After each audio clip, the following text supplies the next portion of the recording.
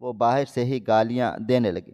میں نے چارپائی کو تھوڑا سا اپنی طرف کھینچا اور اس کے سہارے اٹھنے کی کوشش کرنے لگی، مگر ہڈیوں اور جوڑوں کا درد تھا جو مجھے اٹھنے ہی نہیں دے رہا تھا۔ میں رو رو کر عادی ہو چکی تھی۔ ایسا لگ رہا تھا جیسے جسم سے کسی نے طاقت چھین لی ہو۔ بہوؤں کی پکار پر میں جلدی سے اٹھنے لگی تو میرا گھٹنا زور سے چارپائی سے جا لگا۔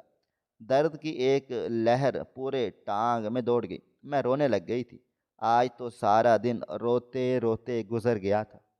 میں اپنا گھٹنا سہلانے لگی، پھر آہستہ سے دیوار کا سہارا لیا اور باہر چلی آئی، جہاں میری بہویں تندور پر روٹیاں لگا رہی تھیں۔ میں ان سے نظریں بچاتے ہوئے آگے جانے لگی تو چھوٹی بہو نے دیکھ لیا۔ بڑھیا کہاں جا رہی ہو؟ پہلے یہ فرش صاف کرو۔ آدھے گھنٹے کے اندر یہ فرش صاف نہ ہوا تو رات کو روٹی نہیں دوں گی اور یہ کمرہ بھی چھین لوں گی۔ پھر صحن میں سوتی رہنا جو تم نے خراب کیا ہے۔ وہ بولنے پر آئی تو زہر اگلتی رہی۔ وہ مجھے گالیاں دے رہی تھی، حالانکہ اسے میں اس شوق سے بیاہ کر لائی تھی کہ میری پرانی سہیلی کی بیٹی ہے، ماں سمجھ کر خیال رکھے گی۔ مگر چند دنوں میں ہی اس کے رویے نے مجھے افسوس کرنے پر مجبور کر دیا تھا۔ میرے ساتھ اتنا گندا رویہ اپنایا کہ میں روتی رہ جاتی تھی۔ بڑی بہو سے بھی زیادہ چھوٹی اذیت دیتی تھی اور اس کی ماں اللہ کو پیاری ہو چکی تھی۔ مجھے لگا وہ مجھے اپنی ماں کا درجہ دے گی۔ ماں کا درجہ تو دور کی بات، اس نے تو مجھے کبھی ساس سمجھا ہی نہیں۔ ان دونوں کی نظر میں بھکارن تھی جو ہر وقت ان کے شوہروں سے کچھ نہ کچھ مانگتی رہتی تھی۔ ان کی پوری کوشش ہوتی تھی کہ میں اپنے بیٹوں کے سامنے نہ جاؤں تاکہ ان سے کچھ مانگ نہ سکوں۔ میں لرزتے وجود کے ساتھ نلکے کی طرف چلی آئی اور پانی بھرنے لگی، کیونکہ مجھے موٹر استعمال کرنے کی اجازت نہیں تھی۔ ذرا سا بل زیادہ آ جاتا تو وہ لوگ مجھ پر تشدد کرتے اور کہتے میں ہی سارا نقصان کرواتی ہوں، حالانکہ ان کی سگی ماں تھی۔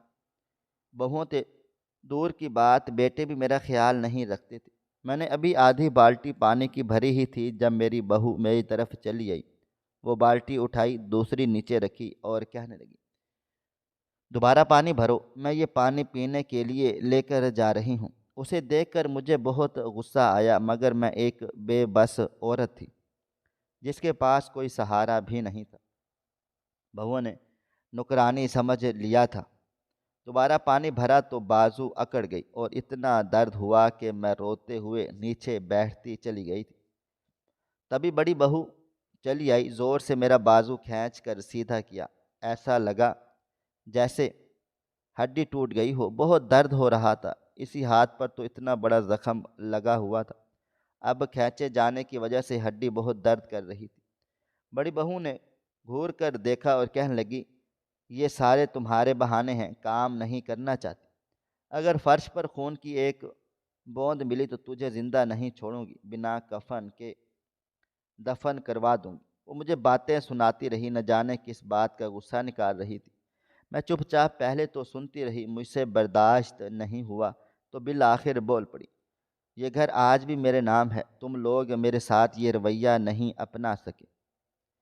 میں نے ہانپتے ہوئے کہا تو بڑی بہو کی تیوری پر بل پڑنے لگی، تمہارے پر نکل آئے ہیں، یہ پر کاٹنے پڑیں گے، وہ بولی اور میری طرف بڑھی۔ میں جلدی سے پیچھے ہٹنے لگی جب اس نے مجھے دھکا دینا چاہا، مگر اسی وقت میرا بڑا بیٹا گھر میں داخل ہوا تھا، اس لیے وہ مجھے گالیاں دیتے ہوئے اپنے شوہر کی طرف بڑھ گئی تھی۔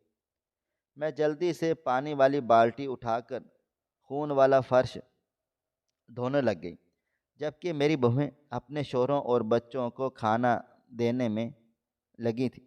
میں کھانے کے انتظار میں چارپائی پر بیٹھی رہی۔ وہ چارپائی بھی آدھی سے زیادہ ٹوٹ چکی تھی، بس برائے نام باقی تھی۔ میں بیٹھی رہی ہی تھی جب میری بہو نے ایک جلی ہوئی روٹی پھینکی۔ میں ڈر گئی اور اس روٹی کو دیکھنے لگی۔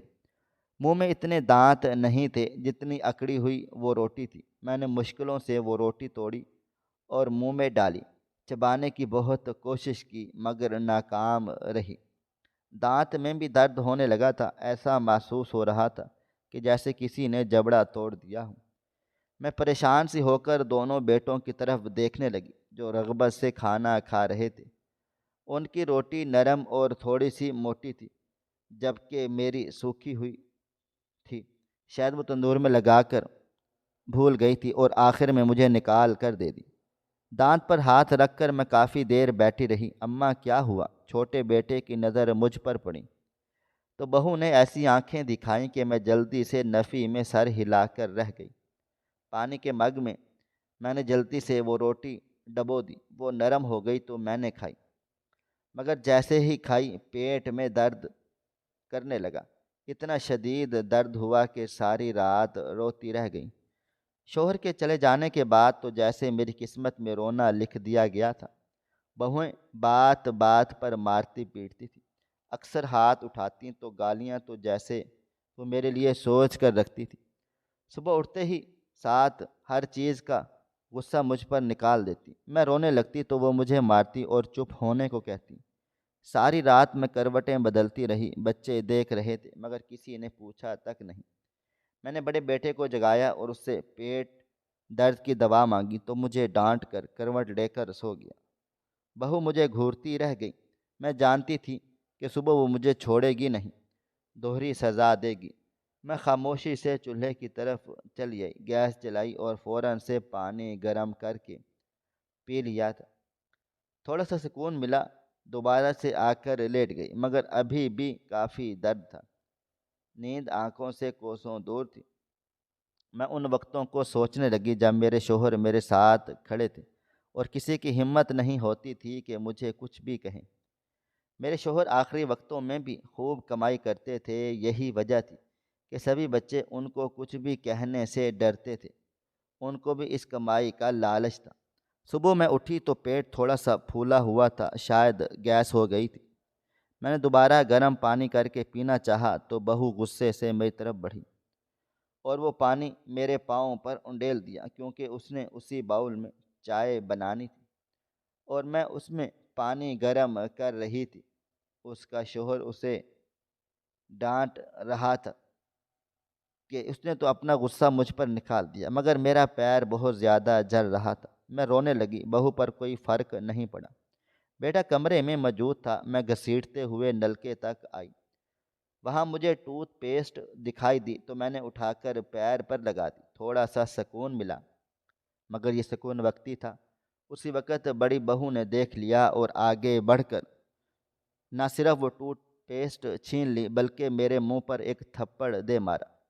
میں بھونچا رہ گئی، سوچ بھی نہیں سکتی تھی کہ بہو یہ سلوک کرے گی۔ نم آنکھوں سے میں اپنے کمرے میں چلی آئی۔ ہاتھ پاؤں کا درد ایک طرف، مگر جو تھپڑ کا درد تھا وہ ہر چیز پر بھاری ہو رہا تھا۔ بیٹا میرے بلڈ پریشر کی دوائی لیتے آنا۔ بڑا بیٹا اچھے موڈ میں کمرے میں میرے میں داخل ہوا تو میں نے فوراً سے اسے اس کا فرض یاد دلایا تو وہ سخت بد مزہ ہوا۔ اماں میں یہاں تو تیرے حال احوال جاننے آیا ہوں اور نہ ہی مجھے تیرے لیے کچھ خریدنے کا شوق ہے۔ بڑی مشکلوں سے میرے اپنے خرچے پورے ہوتے ہیں، میں تمہاریاں دوائیاں کہاں سے لاؤں؟ اور ایک دن نہیں کھائے گی تو مر نہیں جائے گی، چھوٹے کو کہنا وہ لے آئے گا۔ میرا بیٹا بدتمیزی سے بولا تو میں سر جھکائے روتی رہ گئی تھی۔ ابھی تک یہ گھر تیرے نام پڑا ہے، میں کاغذات بنواؤں گا، سائن کر دینا، سمجھی تم؟ تب دوائیاں بھی لے آؤں گا اور جو تو کہے گی تیرا کہا بھی مان لوں گا۔ غرض بیٹے نے کہا تو میں سر جھکائے بیٹھی رہی تھی۔ شوہر نے آخری بار وصیت کی تھی کہ مر جانا پر گھر ان بچوں کے نام نہ کرنا۔ بے شک تمہارے مرنے کے بعد وہ گھر ان کے نام ہو جائے گا، مگر اپنی زندگی میں یہ غلطی مت دہرانا۔ میں نے ان کی یہ نصیحت پلو سے باندھ لی تھی اور میں ایسا کوئی ارادہ نہیں رکھتی تھی کہ جس میں وہ بچے میرے گھر پر قابض ہو جائے۔ آج تجھے روٹی نہیں ملے گی، ان کاغذات پر سائن کرے گی تو ہی تجھے روٹی دوں گی، سمجھی تم؟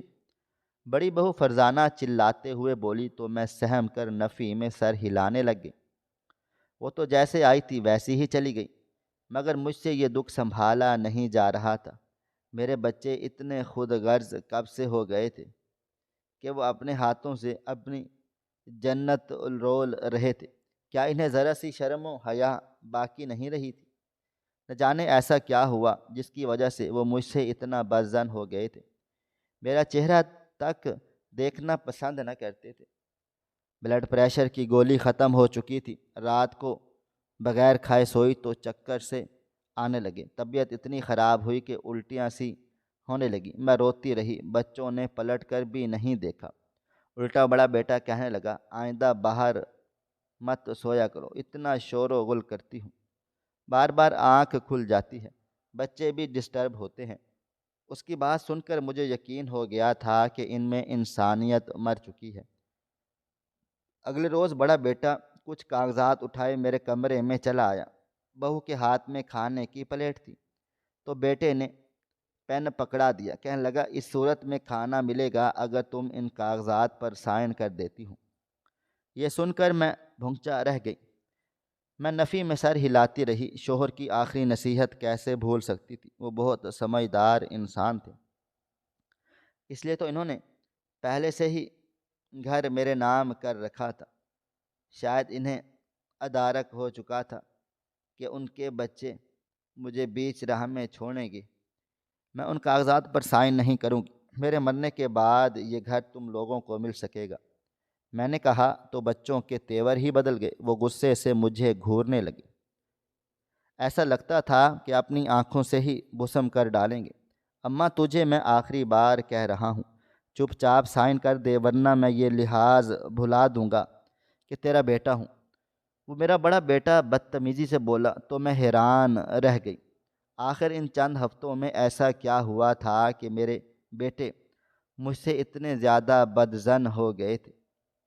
وہ مجھ سے بات تک کرنا پسند نہ کرتے، اب تو اتنی بدتمیزی کرنے لگے تھے کہ لگتا تھا کہ میرا گلا دبا دیں گے۔ تم دونوں حد میں رہ کر بات کرو، میں چاہوں تو تم دونوں کو اس گھر سے نکال دوں، میں نے کانپتی ہوئی آواز میں کہا، تو وہ دونوں اونچی اونچی آواز میں ہنسنے لگے۔ اماں، تو بوڑھی ہو چکی ہے، ہم چاہیں تو تجھے مار کر یہیں دفنا دیں، کوئی پوچھنے والا بھی نہیں ہے، اس لیے یہ بڑے بڑے ڈائیلاگ مت مار۔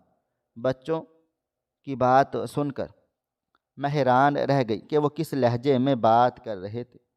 اماں، سائن کر دے ورنہ بہت برے طریقے سے پیش آؤں، چھوٹا بیٹا بولا۔ تو میں نے گھور کر اسے دیکھا اور حق جتانا چاہا تاکہ وہ حد ادب میں رہ کر بات چیت کرے۔ سائن تو تجھے کرنے پڑیں گے ورنہ ہم تیرا وہ حال کریں گے کہ سانس لینے کے قابل نہیں رہے گی۔ بڑی بہو آگے آئی، میرا ایک بازو پکڑ کر مروڑ دیا اور دوسرے سے زبردستی انگوٹھا لگوا لیا۔ میں رو رہی تھی، ہاتھ پاؤں مارنے کی کوشش کر رہی تھی، مگر وہ لوگ اپنا کام کر کے ہی پیچھے ہٹے۔ میرے بازو میں بہت زیادہ درد ہو رہا تھا، میں اپنا بازو دوسرے ہاتھ سے دبانے لگے۔ بچے خوشی خوشی میرے کمرے سے نکل گئے تھے۔ اب وہ لوگ اپنے ہر کام میں بالکل آزاد تھے۔ انہوں نے مجھے ہر گھر اس لیے رکھا تھا کہ کیونکہ گھر میرے نام تھا، ورنہ وہ کب کا مجھے چلتا کر چکے ہوتے۔ میں اپنے کمرے میں بیٹھی خدا سے شکوہ کر رہی تھی جب میری نظر سامنے رکھی ہوئی روٹی پر پڑی جو میری بہو لائی تھی اور کہا تھا کہ سائن کر دو گی تو روٹی دوں گی۔ میں جلدی سے اس روٹی پر جھپٹ پڑی، کھائی تو کچھ ذہن کام کرنے لگا، جلدی سے اٹھی اور باہر چلی گئی تو دیکھا میرے بچے خوشی خوشی بیٹھے ان کاغذات کو دیکھ رہے تھے۔ چائے کا دور چل رہا تھا، یہاں تک کہ بڑا بیٹا مٹھائی تک لے آیا تھا۔ میں ہانپتے ہوئے ان لوگوں کے درمیان آ کر بیٹھ گئی۔ تم لوگوں نے اچھا نہیں کیا، میں تم لوگوں کی شکایت کروں گی، میں نے کہا تو میرا بڑا بیٹا ہنسنے لگا۔ جانتی ہے ہم نے یہ کاغذات سائن کیوں کروائے ہیں؟ یہ جو تو ہم پر روک ٹوک کرتی ہے یا کام بگاڑتی ہے، ہم تجھے مزید اپنے ساتھ نہیں رکھ سکتے، تیرا یہاں سے چلے جانا پہلے سے ہی طے تھا، بس یہ کاغذات رہتے تھے اس لیے ہم چپ چاپ تھے۔ وہ بولے تو میں منہ کھولے کھڑی رہ گئی تھی۔ بڑے بیٹے نے ہاتھ پکڑا اور مجھے گھسیٹتے ہوئے گیٹ تک لے آیا۔ میں نفی میں سر ہلاتی رہ گئی، مگر اسے تو جیسے کوئی فرق نہ پڑا اور مجھے باہر دھکا دے کر گیٹ میں کھڑا ہو گیا۔ اب مر کر بھی واپس مت آنا ورنہ سچ میں ہم تجھے مار ڈالیں گے۔ وہ مجھے دھمکی دیتے ہوئے بولا اور گھر کے اندر چلا گیا۔ گیٹ بند ہو گیا۔ میں باہر بیٹھی دروازہ بجاتی رہ گئی۔ لوگ حیران ہو کر مجھے دیکھ رہے تھے، مگر کوئی میری مدد کو نہیں آ رہا تھا۔ میں گھبرا سی گئی اور دوبارہ دروازہ پیٹا، مگر جواب نہ دار۔ کوئی باہر نہ آیا۔ میں رونے لگی۔ پیٹ میں بھی عجیب سا درد ہو رہا تھا، چکر آ رہے تھے اور ہاتھ کا درد اتنا بڑھ چکا تھا کہ سمجھ نہیں آ رہی تھی کہ اب کیا ہوگا۔ میں روئے جا رہی تھی، ایک ہاتھ سے دروازہ بجاتی تو دوسرے سے فریاد کرتی، مگر کوئی میری سننے والا نہیں تھا۔ شام ہو گئی، میں باہر بیٹھی رہی۔ بچوں کو اندازہ تھا کہ میں باہر بیٹھی ہوئی ہوں گی، اس لیے وہ باہر نکلنے کی زحمت کیے بنا اندر بیٹھے گئے۔ رات ہوتے ہی بہت سے آوارہ کتوں نے میرا رخ کیا۔ خود کو بچانے کے لیے میں نے اینٹ کا ایک ٹکڑا اپنے پاس رکھ لیا۔ میں یہاں سے جانے کا سوچ بھی نہیں سکتی تھی۔ اس بھری دنیا میں میرا کوئی بھی اپنا نہیں تھا۔ اگر یہ گھر چھوڑ دیتی تو پھر کہاں جاتی؟ میں یہ سوچ کر ہول اٹھ رہے تھے کہ مجھے جانتی تھی یہاں بیٹھی رہی تو آوارہ کتوں کا نوالا بن جاؤں گی، اور سڑک تک گئی تو شاید کسی ایکسیڈنٹ کا شکار ہو کر بے موت ماری جاؤں۔ بہتر تھا کہ میں یہیں بیٹھی رہوں۔ محلے والوں سے بھی مدد مانگی، مگر ان لوگوں نے انکار کر دیا۔ میں مایوس ہو کر دوبارہ گیٹ پر آ بیٹھی۔ رات کا نہ جانے کون سا پہر تھا جب گیٹ کھلا۔ بڑا بیٹا آنکھیں ملتے ہوئے باہر آیا۔ مجھے وہاں دیکھ کر وہ شدید غصے میں آ گیا اور مجھے پاؤں سے مارتے ہوئے دھکا دیا۔ میں دور جا گری اور روتے ہوئے اسے دیکھنے لگی۔ وہ ہر چیز کا لحاظ بھلائے مجھے گالیاں دے رہا تھا۔ میں جلدی سے گیٹ کے اندر گھسنے ہی لگی تھی جب اس نے مجھے بازو سے پکڑا اور دھکا دینا چاہا، مگر اب کی بار میری پوری تیاری تھی۔ میں نے دوسرے ہاتھ سے اینٹ کا ٹکڑا اس کے ماتھے پر دے مارا۔ وہ بلبلا اٹھا۔ خون کے قطرے اس کے ماتھے سے بہتے ہوئے گال پر پھسل گئے تھے۔ مجھے دل میں بڑا درد محسوس ہوا۔ وہ میرا بچہ تھا، میں نے ہی اسے مار دیا تھا۔ مجھے بہت برا لگا۔ وہ مجھے گالیاں دیتے ہوئے نیچے بیٹھ گیا۔ شور سن کر باقی بچے بھی باہر آ گئے۔ وہ سب انہیں اندر لے کر چلے گئے اور ایک بار پھر مجھے باہر پھینک دیا۔ اب کی بار تو میرے پاس کوئی چارہ بھی نہیں تھا۔ شدید بارش شروع ہو گئی تو میں چھوٹے چھوٹے قدم لیتے ہوئے سڑک کی طرف جانے لگی۔ آوارہ کتوں کے بھونکنے کی آواز نے مجھے خوفزدہ کر دیا تھا۔ میں نے ایک پتلی سی لکڑی اٹھائی اور اپنے ساتھ رکھ لی کہ کتوں کو ڈراؤں گی۔ کچھ عرصہ پہلے ہمارے پڑوسی نے بکری خریدی تھی۔ رات کے نہ جانے کون سے پہر وہ باہر نکل گئی تھی تو صبح اس کی ہڈیاں ملی تھیں۔ آوارہ کتے چند منٹوں میں ہی اسے چٹ کر گئے تھے۔ کسی چیز کے خوف نے مجھے محتاط رہنے پر مجبور کر دیا تھا۔ میں سڑک کے کنارے آ کر بیٹھ گئی تھی اور رونے لگ گئی تھی۔ سمجھ میں نہیں آ رہا تھا کہ اب کہاں جاؤں۔ بچوں نے اس طرح سے دھتکارا تھا کہ کوئی راستہ ہی نہیں مل رہا تھا۔ نہ میں کسی کو جانتی تھی اور نہ ہی کوئی اپنا تھا۔ جو اپنے تھے وہ مجھے زندگی سے بے دخل کر چکے تھے۔ میں سڑک پر بیٹھی رہی، ساری رات بھیگتی رہی اور پرانے وقتوں کو سوچ کر افسوس کرتی رہ گئی۔ میں نے اپنی ساری زندگی اپنے بچوں پر لگا دی اور انہوں نے مجھے یہ صلہ دیا تھا۔ پریشانی میں کچھ بھی سمجھ میں نہیں آ رہا تھا۔ ساری رات گزر گئی۔ صبح میں بیدار ہوئی تو دیکھا میرے ارد گرد 2000 روپے پڑے تھے۔ شاید کوئی راہگیر میری حالت کے پیش نظر وہاں رکھ کر جا چکا تھا۔ میں نے جلدی سے وہ پیسے اٹھائے اور کریانے کی دکان کی طرف جانے ہی لگی تھی جب ایک ہٹا کٹا فقیر میری طرف چلا آیا۔ مجھ سے وہ پیسے کھینچے۔ میں نے دوبارہ لینے چاہے تو میرے منہ پر ایک تھپڑ مار دیا اور دھکا دیتے ہوئے وہاں سے بھاگ گیا۔ میں اپنا سر تھام کر رہ گئی تھی۔ بہت چکر آ رہے تھے۔ خاموشی سے ایک طرف بیٹھ گئی، اپنے شوہر کو یاد کرنے لگی۔ ان کی زندگی میں کبھی بھی مجھے کسی کے سامنے ہاتھ پھیلانے کی ضرورت نہیں پڑی تھی، مگر آج حالات یہاں تک پہنچ چکے تھے کہ میں بھیک مانگنے کو بھی تیار ہو رہی تھی۔ کچھ لوگوں نے مجھے کھلے پیسے دیے تھے۔ میرے پاس 120 روپے ہو گئے تھے۔ میں جلدی سے دکاندار کو وہ پیسے دے کر دودھ خرید کر لائی تھی اور ایک ہی سانس میں پی گئی تھی۔ بھوک اور پیاس سے برا حال تھا، طبیعت کچھ سنبھل چکی تھی۔ لوگوں کو دیکھتی رہی، وہ میری گود میں پیسے پھینکتے رہے اور وہ فقیر مجھ پر نظر رکھے ہوئے تھا۔ جیسے ہی تھوڑے سے پیسے ہوتے وہ مجھ سے دبوچ لیتا۔ میں وہ بھی کچھ انسان کو نہیں دیکھ سکتی تھی، اس لیے نظریں بچا کر وہاں سے بھاگ گئی اور بازار کے قریب آ کر بیٹھ گئی۔ چکر آنے لگے تھے، الٹیاں سی ہونے لگیں۔ میں بھاگ کر کوڑے دان کی طرف گئی مگر سب بے سود۔ اچانک آنکھوں کے سامنے اندھیرا چھا گیا اور میں لڑکھڑاتے ہوئے ایک طرف کو گر گئی تھی۔ آنکھوں نے جو آخری منظر دیکھا تھا، اس میں بہت سے لوگ میری طرف بڑھ رہے تھے۔ جب آنکھ کھلی تو میں ہسپتال میں تھی۔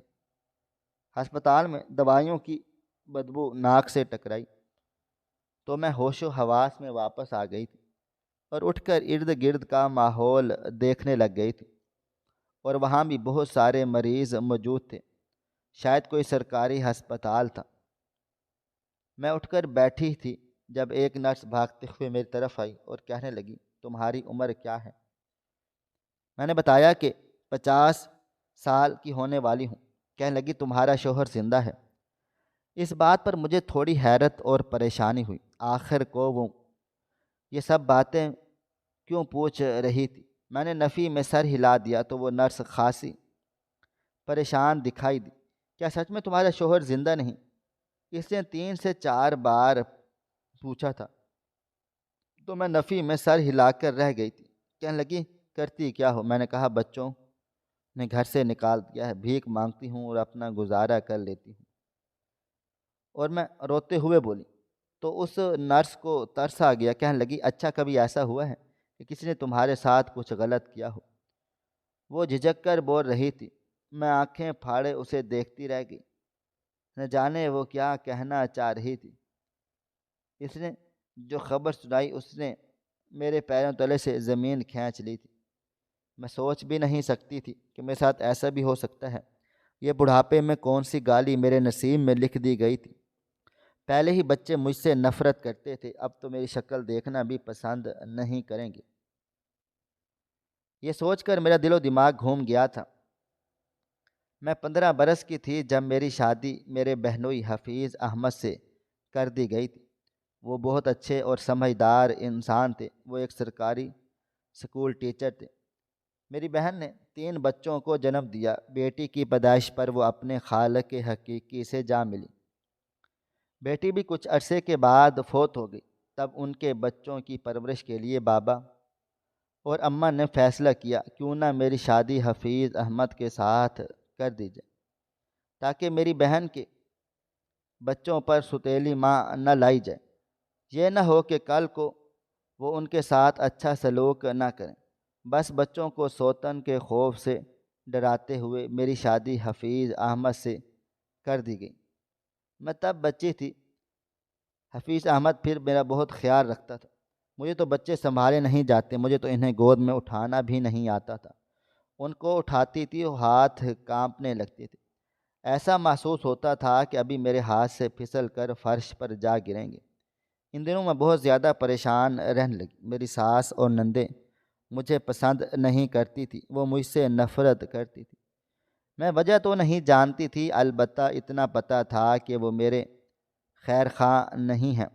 میری غیر موجودگی میں غلط باتیں پھیلا دی جاتی اور میرے شوہر مجھ سے بدظن ہونے کی کوشش کرتی۔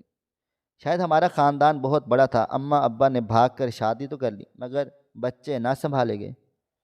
بھاگ کر شادی کرنے کی وجہ سے خاندان والے ان سے خاصے ناراض تھے، زیادہ میل جول رکھنا پسند نہیں کرتے تھے۔ یہی وجہ تھی کہ ہم لوگ اسے ننھیالی اور ددھیالی دونوں خاندانوں کے پیار سے محروم رہے۔ شاید اللہ تعالیٰ نے میرے نصیب میں کچھ زیادہ ہی محرومیاں لکھ دیں۔ ماں نے کبھی مجھے پیار نہیں کیا تھا۔ دراصل جن دنوں میرے نانا نانی نے بیٹی کو معاف کرنے کا فیصلہ کیا اور کہا کہ شوہر سے طلاق لے کر واپس آ جاؤ گی تو ہم تمہیں معاف کر دیں گے اور تمہیں خاندان کا فرد سمجھیں گے، انہی دنوں اماں کو پتہ چلا کہ وہ حاملہ ہیں۔ میں نے پیدا ہونا تھا، ابا چاہتے تھے کہ اماں رک جائیں، انہیں چھوڑ کر نہ جائیں۔ بہت سے انہوں نے اپنا تو خاندان چھوڑا ہے، مگر اماں ڈٹ گئی اور اپنے خاندان کو واپس پانے کے لیے کسی بھی حد تک جانے کو تیار تھی۔ اماں ابا سے اماں ناراض بہت رہنے لگے، مگر ڈاکٹر نے بتایا کہ ابارشن نہیں ہو سکتا، تو اماں کو مجبوراً ابا کے ساتھ رہنا پڑا اور خاندان والوں سے رابطہ ختم ہو گیا۔ وہ مجھے منحوس کہتی تھی اور اکثر ڈانٹتی رہتی تھی کہ مجھ سے گھر کے سارے کام کاج کرواتی، اگر نہ ہوتا تو مجھ پر ظلم کرتی۔ حالانکہ میں ان کی سگی اولاد تھی۔ ایسے ہی لڑتے جھگڑتے کئی برس گزر گئے۔ میری بہن کی شادی صرف 16 برس میں کر دی گئی۔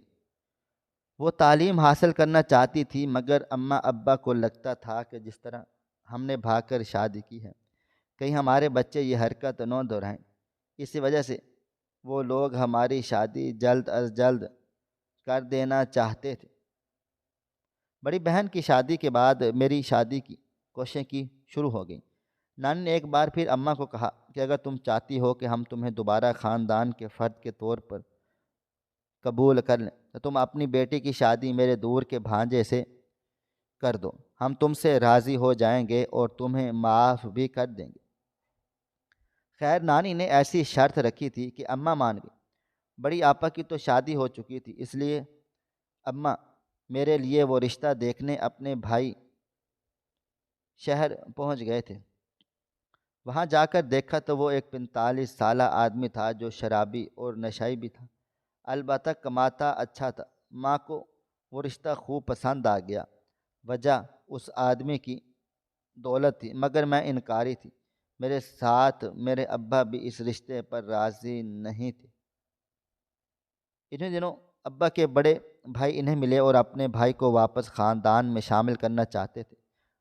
ان کے جو ماں باپ ناراض تھے وہ اس دنیا سے گزر گئے تھے۔ اب بھائی چاہتے تھے کہ چھوٹا بھائی واپس آ جائے اور وہ لوگ مل جل کر رہیں۔ ان کی بھی ایک شرط تھی۔ دراصل میرے چچا کی بیوی کا ایک بھائی ایک معذور شخص تھا، وہ اس کا خیال رکھنے والا کوئی بھی نہیں تھا۔ کوئی ایسا شخص نہیں تھا جو اس کی خدمت کر سکے، کیونکہ وہ اچھا خاصا منہ پھٹ تھا اور گالیاں بھی دیتا تھا۔ یہی وجہ رہی تھی کہ میری چاچی چاہتی تھی کہ میری اس سے شادی ہو جائے، میں بلا معاوضہ اس کی خدمت کرتی رہوں اور اس کے نام جو چھوٹی موٹی جائیداد ہے اس سے ہمارا گھر چلتا رہے گا، اور وہ بھی بھائی کی طرف سے بے فکر ہو جائیں اور اپنے گھر پر توجہ دے سکیں۔ اس طرح وہ اپنے گھر پر توجہ نہیں دے سکتی تھی، کیونکہ انہیں اپنے بھائی کی فکر ستاتی رہتی تھی۔ مرتی ہوئی ماں سے انہوں نے جو وعدہ کیا تھا کہ اپنے بھائی کا خیال رکھیں گی۔ ابا جان پہلے تو بہت خوش ہوئے، مگر جب رشتہ دیکھنے گئے تو فوراً سے انکار کر کے واپس آ گئے تھے۔ اماں چاہتی تھی کہ انکار نہ ہو، مگر تیسرے بچے کی پیدائش پر جب میری بہن انتقال کر گئی تو ابا کو اس سے بہتر کوئی آپشن نہیں لگا۔ وہ پہلے بھی حفیظ احمد کے اچھے رویے اور خوش اخلاقی کے قائل تھے۔ انہوں نے بس مجھ سے بغیر پوچھے یہ رشتہ طے کر دیا۔ شادی کی پہلی رات جب 2 بچوں کو میری گود میں بٹھا دیا گیا، یہ کہہ کر کہ آج سے ان کی ذمہ داری تمہارے سر پر ہے، تو میں گھبرا گئی۔ ایک 2 سال کا تھا اور دوسرا بھی حال میں ہی 4 سال کا ہوا تھا۔ دونوں کی شکلیں اتنی معصوم تھیں کہ ان دونوں کو اپنی گود میں بھر لیا۔ حالانکہ بچی تھی، سمجھ نہیں رکھتی تھی، مگر وہ دونوں بچے مجھے اپنی جان سے زیادہ عزیز ہو گئے۔ گھر کے حالات تھوڑے خراب ہوئے تو شوہر کے ساتھ میں بھی کمانے لگ گئی تھی۔ میں نے کمانے کے لیے خاص طور پر اپنی ایک سلائی مشین خریدی اور دن میں 8 گھنٹے سلائی سیکھنے لگی۔ شروع میں تو معاوضہ نہ ہونے کے برابر تھا، بس ہماری استانی صاحبہ تعریف کر دیتی اور ہمیں لگتا تھا کہ ہم نے دنیا میں ہر چیز حاصل کر لی ہے۔ اور دھیرے دھیرے انہوں نے معاوضہ بڑھا دیا۔ اب مجھے خاص طور پر اپنے ساتھ بٹھایا، میں وہاں ان کا ہاتھ بٹاتی تھی۔ ایسے ہی کام بڑھتا چلا گیا۔ لوگ میرے کام کے دانے دیوانے ہو گئے۔ کمر اکڑ جاتی تھی، سر درد ہوتا، چڑچڑاپن مجھ پر حاوی ہوتا رہتا تھا، بچوں کو بھی سنبھالنا ہوتا۔ ایسے میں شوہر میرا بہت زیادہ ساتھ دیتا۔ وہ سچ میں بہت خوش اخلاق انسان تھے، ہمیشہ مجھے اچھی اچھی باتیں سکھاتے۔ میں پڑھی لکھی نہیں تھی، انہوں نے مجھے پڑھانا شروع کر دیا، اتنا پڑھایا کہ لکھنے کے قابل ہو گئی۔ بس پھر کیا تھا، گھر کے کچھ اخراجات اپنے ذمے لے لیے۔ دھیرے دھیرے پیسے اکٹھے کر کے میں نے تھوڑا سونا خرید لیا، اس پر کہ اپنی بہوؤں کو دوں گی، مگر میں نہیں جانتی تھی کہ وہ بہویں ایسے نکلیں گی۔ میں نے دن رات ایک کر کے محنت کی تھی، بچوں کی فیسیں بھرنے کے لیے میں نے ساری رات بیٹھ کر کام کاج کرتی تھی۔ ان دنوں ٹیچرز کی اتنی زیادہ تنخواہ نہیں ہوتی تھی، بس اتنی ہوتی تھی کہ گزارا ہو جاتا۔ ملنے ملانے والوں کا رش لگا رہتا، میرے شوہر کے اکثر سٹوڈنٹ آتے تو گھنٹوں بیٹھے رہتے، وہ انہیں چائے پلاتے، اکثر کو کھانا کھائے بغیر جانے ہی نہیں دیتے تھے۔ یہی وجہ تھی کہ لوگ میرے شوہر کے اخلاق کے دیوانے ہو گئے۔ جس روز میرے شوہر فوت ہوئے، مجھے نہیں لگتا کہ شہر میں کسی کے بھی جنازے میں اتنے سارے لوگ ہوں گے۔ اس کے سارے سٹوڈنٹس چلے آئے تھے، خوب رش لگا تھا۔ آج بھی وہ دن یاد کر کے مجھے حیرت ہوتی ہے، ہمارا گھر لوگوں سے بھر گیا تھا، لوگ صرف گلی میں کھڑے ہوئے تھے، صرف میرے شوہر کے ایک دیدار کے لیے۔ تب مجھے لگا کہ میں واقعی ایک عظیم، وہ ایک شخصیت ہے، نہ جانے میں کیسے نصیبوں کی وجہ سے انہیں چرا لیا تھا۔ مجھے اپنی باپ کی پسند پر رشک آیا، مگر آج ان کے بچوں کو دیکھ کر مجھے حیرت ہوتی تھی کہ وہ کس پر چلے گئے تھے۔ بڑا بیٹا تو کم عمری میں ہی نشے پر لگ گیا تھا، اور پھر بڑے برے دوستوں کی صحبت میں بگڑ کر رہ گیا تھا۔ بڑی مشکل سے کلرک لگا تھا، چھوٹا تھوڑا بہت پڑھ لکھ گیا اور پولیس میں بھرتی ہو گیا۔ میں نے بڑے چاؤں سے ان کی شادیاں کی، بہوؤں کو بیٹیوں کی طرح رکھا، کبھی ان کو کام کے لیے مجبور نہیں کیا۔ مگر شوہر کے مرنے کے بعد میں وقت سے پہلے خود کو بوڑھا محسوس کرنے لگی۔ بہوؤں کے رویے نے مجھے سب سے زیادہ چوٹ پہنچائی تھی۔ وہ جو ماجی ماجی کہتے نہیں تھکتی تھی، وہ مجھے گالیاں دینے لگی تھی۔ مجھ سے یہ کہاں برداشت ہوتا تھا۔ ایک ایک روپیہ جوڑ جوڑ کر میں نے دونوں بہوؤں کو 10 تولے بنا دیے تھے، جو آج کل کے دور میں لاکھوں روپے کی مالیت رکھتے ہیں، مگر میری کوئی اہمیت ہی نہیں رہی تھی۔ بڑھاپا جیسے میری اہمیت ہی نکل گیا ہو۔ ان دونوں نے مجھے بھلا دیا، میں نے کہ ان کے لیے کتنی قربانیاں دی تھیں۔ وہ سب کے سب احسان فراموش تھے۔ میں بستر پر لیٹی سوچوں میں غرق تھی، کیونکہ ڈاکٹر صاحبہ نے بتایا تھا کہ میں 3 مہینے کی حاملہ ہوں۔ ایسا کیسے ہو سکتا تھا؟ میرے شوہر کو مرے ابھی 2 مہینے 10 دن ہوئے تھے۔ عدت میں ہی ہونے کے باوجود بچوں نے گھر سے نکال دیا۔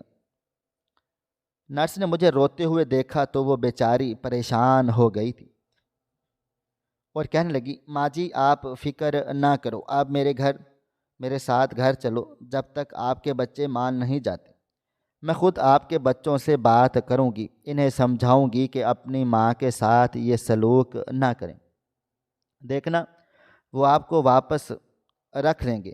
وہ پر اعتماد لہجے میں بولی تو میں نفی میں سر ہلا کر رہ گئی۔ بیٹی مجھے اولڈ ایج ہوم بھیج دو یا کسی یتیم خانے میں، کیونکہ یہ لوگ مجھے اپنے پاس نہیں رکھیں گے۔ میری زندگی میں یہ ضلالت لکھ دی گئی ہے، نہ جانے بچوں کی تربیت میں کہاں کمی رہ گئی کہ ان لوگوں نے مجھے یہ دن دکھا دیا ہے۔ ان کا باپ اتنا اچھا انسان تھا، میری تربیت میں بھی کوئی کمی نہیں تھی، نہ جانے پھر یہ سب کچھ کیسے ہوا، کیوں ہوا۔ میں روتے ہوئے شروع سے لے کر آخر تک اسے سب بتانے لگی تو مجھے وہ گلے سے لگا گئی۔ ماں جی آپ فکر نہ کرو، آپ میرے ساتھ میرے گھر چلو، میرے ساتھ رہنا۔ آج سے آپ کی ایک بیٹی بھی ہے جو آپ پر جان وارنے کو بھی تیار ہے۔ پیار سے بولی تو میں شرمندہ سی ہو کر سر جھکا گئی۔ وہ مجھے اپنے گھر لے آئی۔ میں نے اس سے پوچھا کہ وہ یہاں اکیلی کیوں رہتی ہے۔ تب اس نے جو بات مجھے بتائی اس نے مجھے چونکا دیا۔ دراصل وہ بانجھ تھی، اولاد نہ ہونے کی وجہ سے شوہر نے طلاق دے کر گھر سے باہر نکال دیا تھا۔ ماں باپ کی وفات کے بعد وہ اکیلی رہتی تھی۔ اب سے میں اس کی ماں جی بن چکی تھی اور وہ میری بیٹی۔ وہ دن رات میری خدمت میں لگی رہتی۔ میری بھی کوشش ہوتی تھی کہ میں اسے زیادہ پریشان نہ کروں۔ ابھی میری آنکھیں سلامت تھی، بے شک جسم نکارہ ہو چکا تھا، مگر پھر بھی میری دید میں ذرا فرق نہیں آیا تھا۔ یہی وہ وقت تھا جب میں نے سوچ لیا کہ کوئی کمائی کا ذریعہ ڈھونڈنا ہوگا۔ میں ایک معصوم لڑکی کو پریشان نہیں کر سکتی تھی جو پہلے ہی ہزاروں پریشانیوں سے لڑ جھگڑ رہی تھی۔ میں نے محلے کی بچیوں کو اکٹھا کیا اور انہیں سلائی سکھانے لگی۔ بے شک کمر کے درد کی وجہ سے میں زیادہ بیٹھ نہیں پاتی تھی، مگر میں نے لڑکیوں کو خوب اچھی سلائی سکھائی، یہاں تک کہ ان کی ماؤں نے ہزاروں روپے بغیر میرے کہے میری جھولی میں ڈال دیے۔ اب میں اچھا خاصا کمانے لگ گئی تھی۔ اپنے گھٹنوں کا علاج کروایا تو دوبارہ سے پیروں پر کھڑی بھی ہو گئی۔ وہ ہاتھ جو پہلے اکڑ جاتا تھا اب وہ بھی بہتر رہنے لگا تھا۔ شگفتہ میرا بہت زیادہ دھیان رکھتی، دن رات علیحدہ مالش کرتی اور کبھی کبھی تو وہ میرے ساتھ واک پر بھی چلی جاتی تھی۔ ہم دونوں ایک ساتھ بہت زیادہ خوش رہنے لگ گئی تھیں۔ انہی دنوں شگفتہ کے لیے ایک رشتہ آیا۔ لڑکا ہسپتال میں کام کرتا تھا۔ شگفتہ سے 10 سال بڑا تھا مگر اچھے عادات و اطوار کا مالک تھا۔ کسی بھی چیز کی اسے کمی نہیں تھی، بس اولاد کا غم اسے کھائے جا رہا تھا۔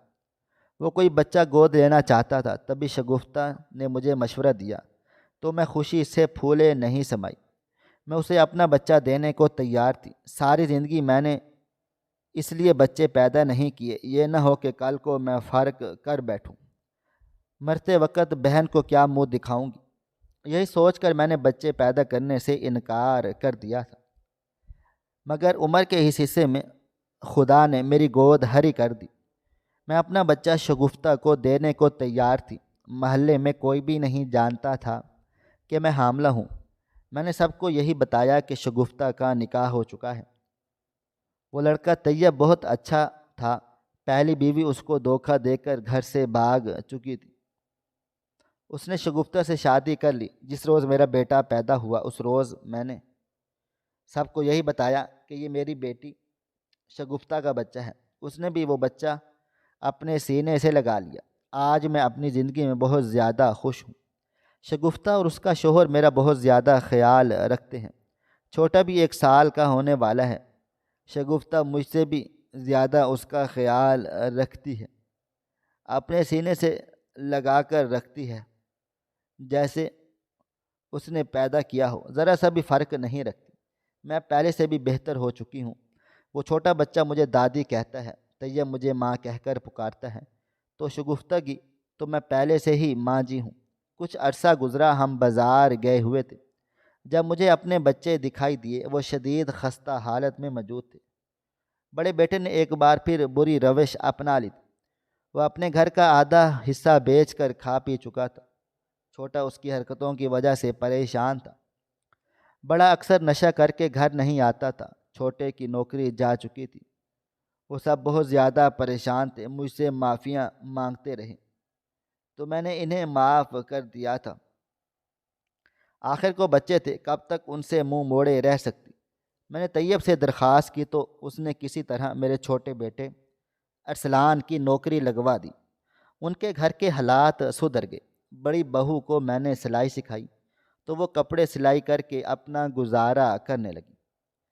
انہی دنوں میں میرے بڑے بیٹے کی لاش ایک نالے میں سے ملی۔ وہ بہت ابتر حالت میں موجود تھا۔ بس تب دونوں بہوؤں کے ہوش ٹھکانے آ گئے تھے۔ پیروں میں پڑ کر معافی مانگی مگر مجھے کوئی فرق نہیں پڑتا تھا۔ میں اپنی ایک الگ دنیا بسا چکی تھی جس میں میں بہت زیادہ خوش تھی۔ اللہ تعالیٰ فرماتے ہیں کہ میں بہتر تدبیر کرنے والا ہوں، بس ہم انسان ہی مستقل مزاجی سے کام نہیں لیتے۔ شاید ہمارے ایمان کمزور ہیں، تبھی تو ہم پریشان اور مایوس ہو جاتے ہیں، حالانکہ مایوسی کفر ہے۔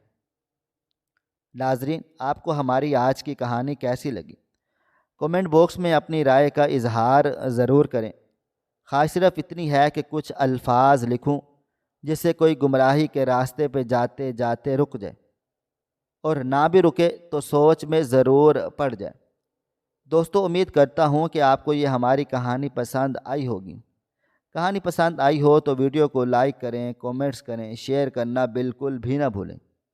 اور ہاں، اگر آپ لوگ اس چینل پر نئے ہیں تو ہمارے چینل ہریرہ انفو کو سبسکرائب ضرور کریں اور نوٹیفیکیشن کو ضرور دبائیں تاکہ آنے والی کہانی سب سے پہلے آپ کو مل سکے۔